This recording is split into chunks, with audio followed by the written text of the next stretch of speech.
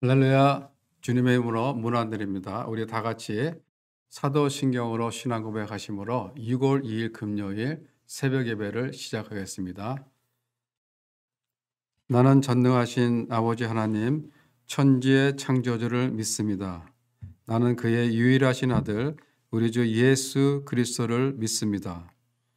그는 성령으로 잉태되어 동정녀 마리아에게서 나시고 본디오 빌라도에게 고난을 받아 십자가에 못 박혀 죽으시고 장사된 지 사흘 만에 죽은 자 가운데서 다시 살아나셨으며 하늘에 오르시어 전능하신 아버지 하나님 우편에 앉아 계시다가 거기로부터 살아있는 자와 죽은 자를 심판하러 오십니다. 나는 성령을 믿으며 거룩한 공교회와 성도의 교제와 죄를 용서받는 것과 몸의 부활과 영생을 믿습니다. 아멘. 하나님 감사합니다. 오늘도 저희들에게 귀한 하루 주시고 이 시간 주님께 예배드리며 찬양케 하여 주심을 감사를 드립니다. 주님 말씀 사모하여 나온 우리 성도님들의 심령마다 우리 성령께서 함께하여 주셔서 드려지는 이 예배가 주님께 연락되는 귀한 시간이 될 수 있도록 아버지께서 인도하여 주시옵소서. 저희들 오늘 하루도 살아갈 때 주님이 내 삶의 주인 되심을 고백하며 예수 그리스도의 사랑에 빚진 자들로서 부르심에 합당한 삶을 살게 하옵시며 저들의 마음밭에 새겨진 주님의 말씀으로 인하여 아름다운 열매가 나타나는 하루가 되게 하여 주시옵소서. 이 시간 하나님의 말씀을 받습니다. 우리가 이 말씀을 함께 읽고 묵상할 때 은혜가 넘치게 하여 주시옵소서. 감사를 드리며 예수님 이름으로 기도드리옵나이다. 아멘. 오늘 우리에게 주신 하나님의 말씀은 역대하 15장 1절부터 15절까지입니다. 역대하 15장 1절부터 15절 찾으셨으면 제가 봉독해 드리겠습니다. 하나님의 영이 오데스의 아들 아사랴에게 내리니 그가 아사 앞에 나가서 다음과 같이 말하였다. 아사 임금님과 온 유대와 베냐민은 제가 하는 말을 들으십시오. 임금님과 백성이 주님을 떠나지 않는 한 주님께서도 임금님과 백성을 떠나지 않으실 것입니다. 임금님과 백성이 그를 찾으면 그가 만나 주실 것입니다. 그러나 임금님과 백성이 그를 버리면 주님께서도 임금님과 백성을 버리실 것입니다. 이스라엘은 오랫동안 참 하나님이 없이 지내왔습니다. 가르치는 제사장도 없었고 율법도 없었습니다. 그러나 이스라엘이 어린이를 만나서 주 이스라엘의 하나님께 돌아와 그를 찾으면 주님께서는 그들을 만나 주셨습니다. 그때에는 세상이 하도 어지러워서 땅 위에 사는 모든 백성이 마음 놓고 평안히 나들이도 못하였습니다. 나라와 나라가 성읍과 성읍이 서로 치고 무찌르는 판이었습니다. 이것은 하나님께서 사람들이 온갖 고난 속에서 고통을 받도록 버려두셨기 때문이었습니다. 그러나 임금님과 백성은 기운을 내십시오. 낙심하지 마십시오. 임금님과 백성이 하는 수고에는 상급이 따를 것입니다.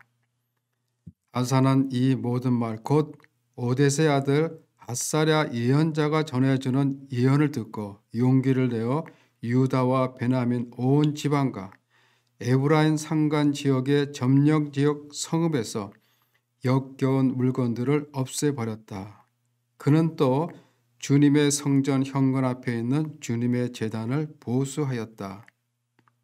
그는 또 유다와 베냐민의 모든 백성을 불러 모으고 그들에게로 와서 함께 살고 있는 에브라임과 므낫세와 시몬 지파 소속의 백성도 모두 불러 모았다.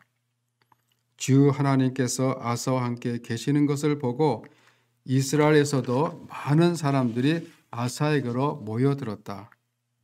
그들이 예루살렘에 모인 것은 아사왕 15년 되던 해 세 번째 달이었다. 그날 그들은 그들이 가져온 전리품 가운데서 소 700마리와 양 7,000마리를 주님께 희생 제물로 잡아 바치며 마음을 다하고 정성을 다하여 주 조상의 하나님만을 찾기로 하는 언약을 맺었다. 주 이스라엘의 하나님을 찾지 아니하는 자는 젊은 사람이든지 나이 많은 사람이든지 남자든지 여자든지 가릴 것 없이 누구든지 다 죽이기로 하였다.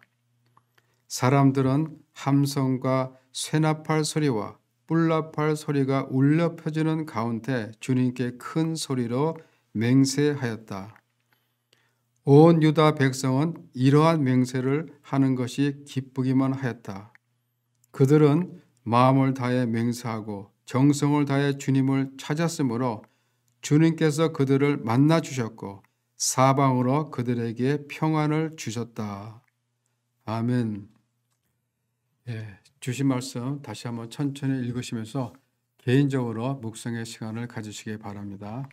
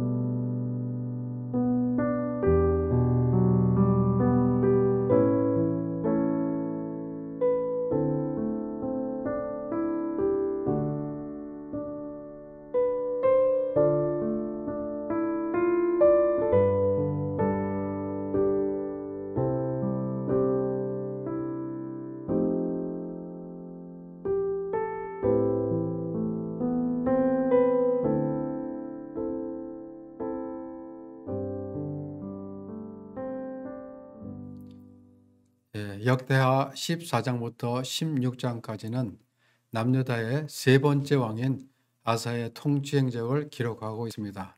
14장 2절에 보면 아사가 그의 하나님 여호와 보시기에 선과 정의를 행하였다라고 기록하고 있습니다. 이는 하나님의 율법을 준행하였으며 우상 숭배를 척결한 것을 말하고 있습니다. 아사 왕은 유다 모든 성읍에서 산당을 없애고 그 당시에 대표적인 우상이었던 풍류의 여신인 아세라상을 부수고 백성들에게 명하여 하나님의 명령과 율법을 준행하도록 명령하므로 국가적인 차원에서 신앙의 부흥을 일으켰던 것입니다. 그래서 나라가 그 앞에서 평안을 누렸다라고 성경은 기록하고 있습니다. 14장 6절에 보면 여호와께서 아사에게 평안을 주셨으므로 그 땅이 평안하여 열해 동안 싸움이 없은지라 라고 하십니다. 아사 왕은 1차 종교 계획을 단행한 후 태평성대를 누렸습니다. 그런데 구스 출신 세라가 애국 군대 100만을 이끌고 침략해 오자 아사 왕은 하나님께 부르짖었습니다. 당시 남유다의 군사력은 애국 군대의 절반밖에 되지 않았습니다. 숫자로는 그들이 우세하였지만 아사 왕은 하나님의 능력을 의지함으로 승리를 거둘 수 있게 되었던 것입니다. 뿐만 아니라 많은 전리품도 가지고 돌아옵니다. 얼마나 마음이 뿌듯하였겠습니까? 아사 왕을 비롯해 유다의 온 백성들이 얼마나 승리의 도취에 있었겠습니까? 오늘 말씀 15장은 아사 왕이 전쟁의 승리를 거두고 돌아오는 그때에 하나님의 영이 선지자 아사라에게 임했고, 하나님은 선지자 아사라를 보내 아사 왕에게 메시지를 전하게 하십니다. 그리고 아사 왕은 그 메시지를 듣고 2차 종교개혁을 단행하는 이야기가 오늘 15장에 기록되어 있습니다. 2절에 보면 그가 나가서 아사를 맞아 이르되 아사와 및 유다와 베냐민 무리들아 내 말을 들으라. 너희가 여호와와 함께하면 여호와께서 너희와 함께 하실 것이다. 너희가 만일 그를 찾으면 그가 너희와 만나게 되시려니와 너희가 만일 그를 버리면 그도 너희를 버리시리라 라고 하십니다. 하나님은 승리하고 돌아온 아사왕에게 왜 이런 메시지를 주셨을까?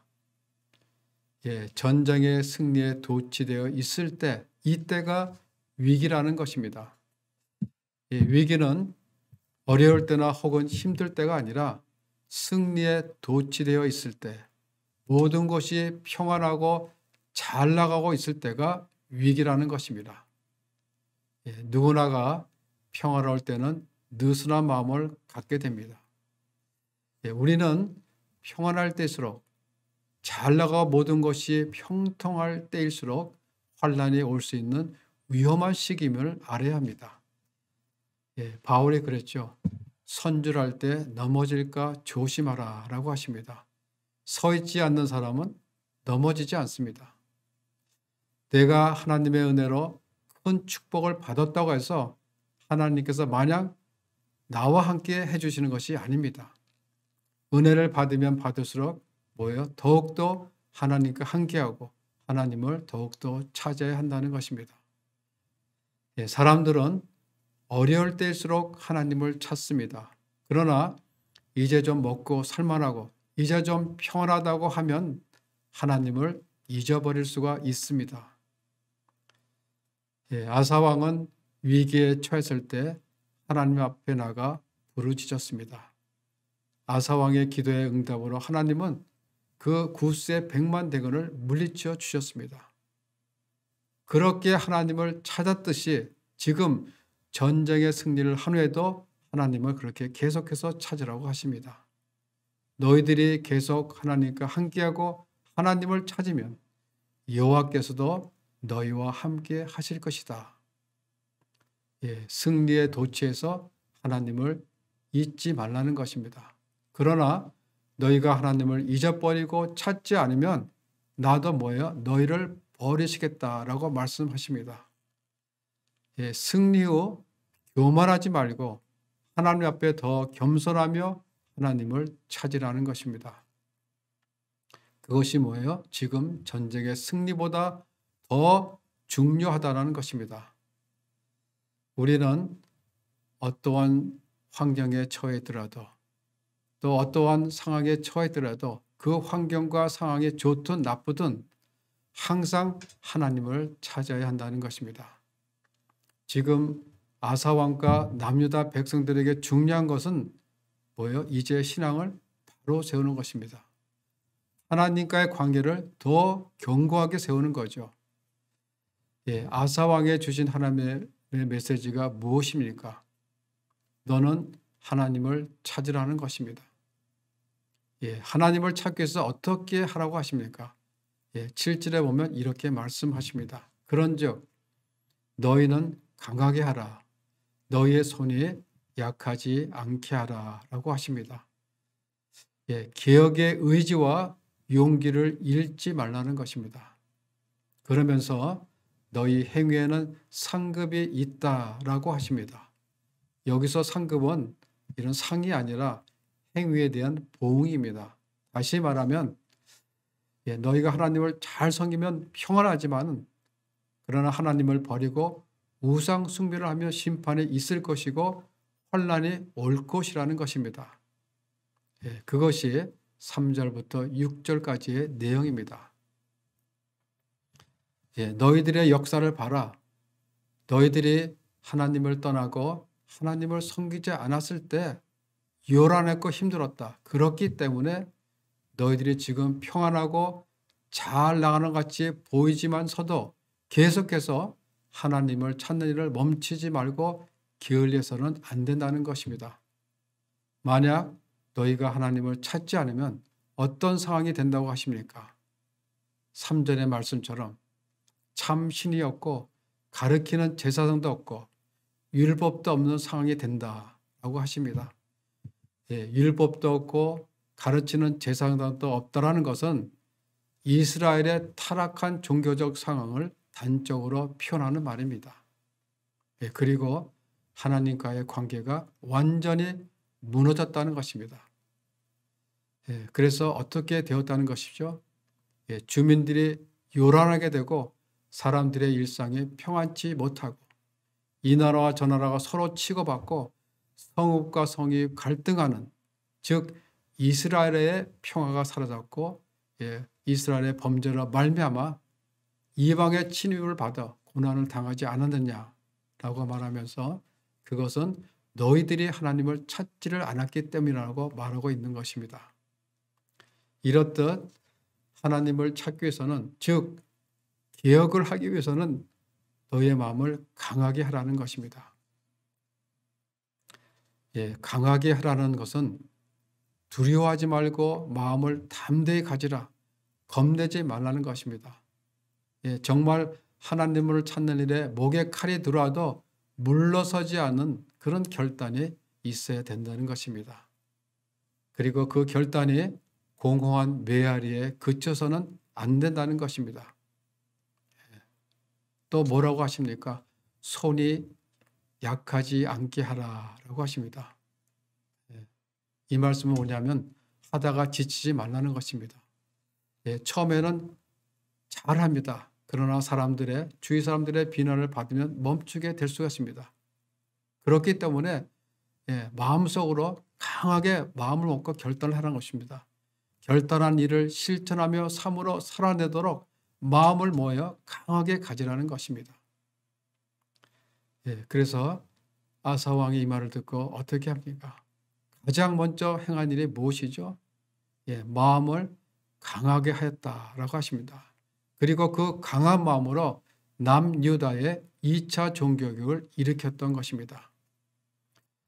여러분, 하나님의 말씀을 들었다면 마음을 강하게 가져야 합니다. 이것을 해야 하나 말해야 하나 마음이 약해서 결단을 내리지 못하면 개혁은 결코 할 수 없습니다. 아사 왕은 아사랴의 충고를 듣는 즉시 먼저 유다 땅에 있는 모든 우상들을 제거하기 시작했습니다. 8절 하반절에 보면 가증한 물건들을, 즉 우상들과 관련된 모든 것들을 유다와 베냐민 온 땅에서 없앴습니다. 그리고 여호와의 제단을 재건했던 것입니다. 유다 백성들은 솔로몬 이후 아사 왕 때까지 여호와께 제사를 드리지 못했습니다. 못한 게 아니라 안 했습니다. 예배가 무너졌던 것입니다. 그래서 아사 왕은 제단을 재건하여 그것을 바라보는 백성들로 하여금 하나님과의 관계를 새롭게 하는 예배를 다시 회복시켰던 것입니다. 여러분, 예배가 무너져 있으면 우리의 신앙이 무너지게 됩니다. 예배가 무너져 있으면 우리의 믿음이 무너지게 됩니다. 우리는 주님의 이름을 높여드리는 예배 시간을, 말씀의 시간을, 그리고 기도의 시간을 늘 새롭게 다시 회복해야 될 줄 믿습니다.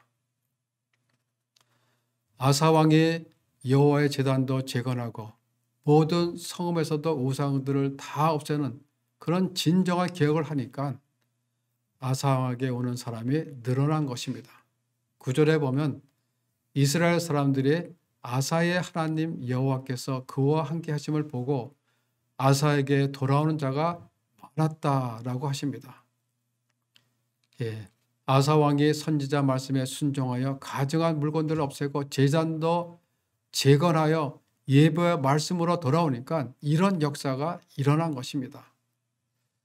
결국은 뭐예요? 말씀으로 돌아온 것이죠.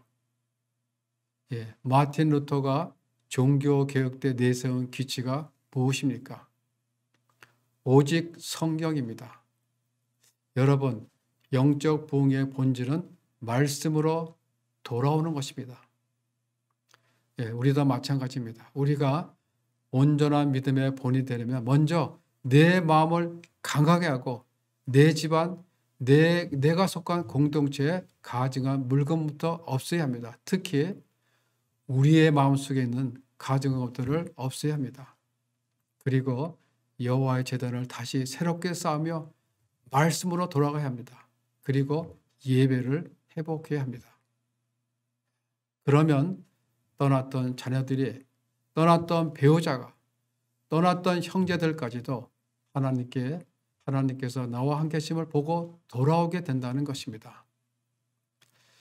여러분들의 마음속에 가지고 있는 없애야 할 가증한 것들이 있다면 그것은 무엇인지 우리의 삶을 다시 한번 점검해 보면서 진정한 영적 부흥의 역사가 여러분들 가운데 일어나기를 바랍니다. 아사 왕의 개혁은 이것으로만 끝난 것이 아니라 16절에 보면 아사 왕의 어머니 마아가가 아사라의 가증한 목상을 만들었으므로 아사가 그의 태우의 자리를 피하고 그의 우상을 찢고 빻아 기드론 시내가에 불살랐다라고 합니다. 자기 어머니의 그 권력과 그 자리를 피했다는 것은 엄청난 일입니다. 그리고 그가 가지고 있던 모든 것을 박탈한 것입니다. 그리고 그녀가 섬겼던 우상들을 모두 불살렸습니다. 그러니 아들로서 얼마나 가슴 아픈 일이겠습니까? 어머니가 좋아하셨던 것들을 불태우고 주위까지도 박탈했다라는 것은 보통 결단이 아닙니다. 아사 왕은 조상들의 오래된 그 악습을 과감하게 끊어버린 것입니다. 그것은 아사 왕의 개혁의 의지가 얼마나 컸는지를 짐작할 수 있습니다. 그리고 하나님을 찾기로 맹세한 하나님에 대한 신앙의 표현이기도 합니다. 아사 왕은 하나님과의 관계를 더 중요하게 생각한 것입니다. 여러분, 개혁의 큰 걸림돌은 항상 자기 가까이 있는 사람들입니다. 가족 또는 가장 친한 사람들, 가장 지근거리에 있는 사람들이 문제를 일으킵니다. 가까이 있는 사람들은 개혁의 대상이 안 되기 때문에 개혁이 물거품으로 돌아갈 때가 있는 것입니다. 그래서 개혁이 힘드는 것입니다. 그러나 선지자 아사의 말을 들은 아사 왕은 그의 마음을 강하게 하여 계획을 단행했던 것입니다. 왕이 그런 믿음의 본을 보이는데 어찌 백성들이 따르지 않겠습니까? 그런데 17절에 보면 산당은 이스라엘 중에서 제하지 아니하였다라고 합니다. 우상 숭배를 하는 산당을 제거하지 않았던 것이 있었던 것입니다. 하나도 남김없이 다 제거했어야 하였는데 이 정도는 이 작은 것쯤은 괜찮겠지. 이것은 아까우니까 그냥 내버려 둬야지. 그렇게 하면 나중에 이게 죄의 씨앗이 되는 것입니다. 그래서 남유다는 다시 산당이 불같이 일어난 타락을 경험하게 됩니다. 결국 이 작은 씨앗이 그 후에는 남유다를 무너뜨렸던 것입니다. 아사의 마음이 일평생 온전했다라고 평가를 받았어도 끝내 제하지 못한 것이 이렇게 있었다는 것입니다. 내가 아무리 마음을 다하고 목숨을 다하여 하나님 여호와를 찾기를 언약하고 우상을 깨트려도 우리 가운데는 여전히 제거하지 못한 것이 있다는 것입니다. 우리는 그것을 알아야 한다는 것입니다. 여러분, 암세포는 전부 도려내야지 뿌리가 조금이라도 남아있으면 그것이 또 자라서 온몸으로 퍼집니다. 그리고 결국엔 뭐예요? 사망에 이르게 되는 것입니다. 왜 하나님께서 이스라엘 백성들에게 가나안의 모든 족속을 진멸하라고 했습니까? 왜 하나님께서 사울 왕에게 아멜렉을 치되 그들의 모든 소유와 남녀노소 젖먹이 있는 아이와 심지어는 소나 양 같은 짐승들까지도 진멸하라고 했습니까? 가나안의 족속들이나 아멜렉은 우상을 섬기는 족속들입니다. 우상 덩어리죠. 그래서 그 우상 덩어리인 가나안 족속들을 그리고 아멜렉 족속들을 모두 진멸하라고 하셨던 것입니다. 뿌리째 뽑으라는 것이죠. 여러분들은 어떻습니까? 마음을 다하고 목숨을 다하여 하나님 찾기를 맹세하였습니까? 그럼에도 여전히 제하지 못한 산당이 있습니까? 여러분들이 사랑하는 것들이 있다면 그것들이 무엇입니까? 그것이 자녀이든 재물이든 명예이든 그것들이 하나님보다 더 사랑한다면 그것이 바로 우상인 것입니다. 그런 것들이 하나님과 우리 사이를 가로막는 장애물입니다. 그러나 그 장애물들을 제거하는 일들은 쉽지가 않습니다. 어떻게 해야 합니까? 마음을 강하게 가져야 합니다. 그리고 마음을 다하고 목숨을 다하여 하나님 찾기를 결단하고 맹세를 해야 합니다. 우리의 마음에 종교 개혁이 일어나야 합니다.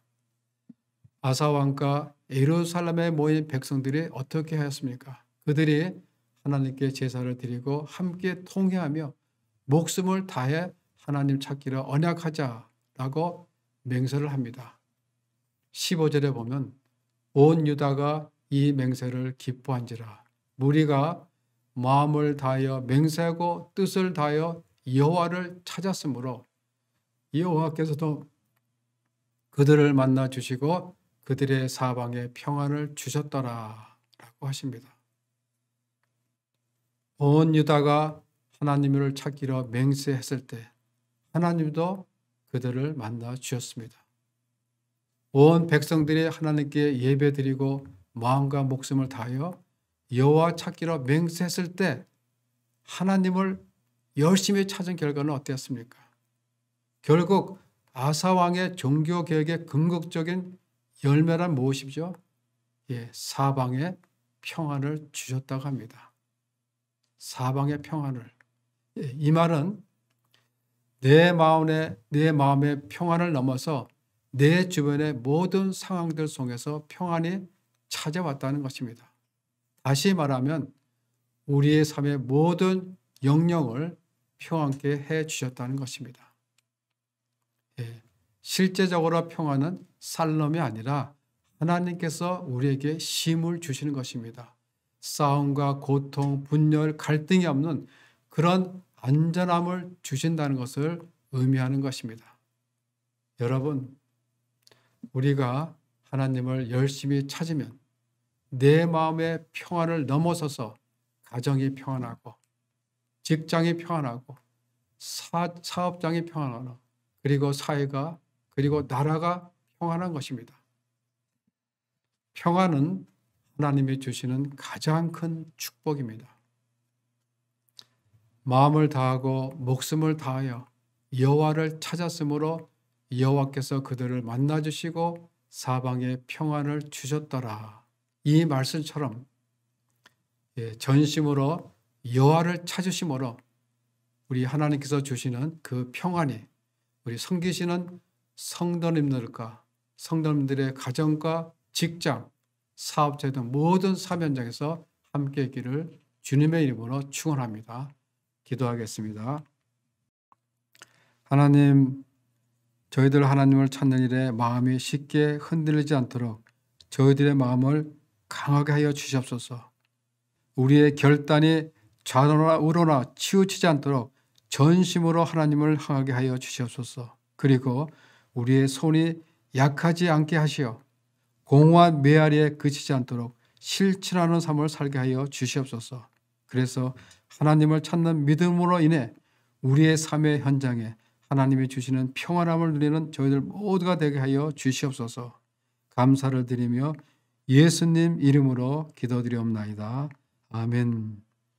하늘에 계신 우리 아버지, 아버지의 이름을 거룩하게 하시며 아버지의 나라가 오게 하시며 아버지의 뜻이 하늘에서 같이 땅에서도 이루어지게 하소서.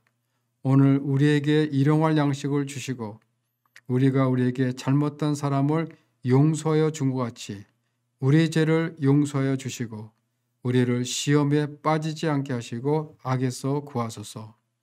나라와 권능과 영광이 영원히 아버지의 것입니다. 아멘.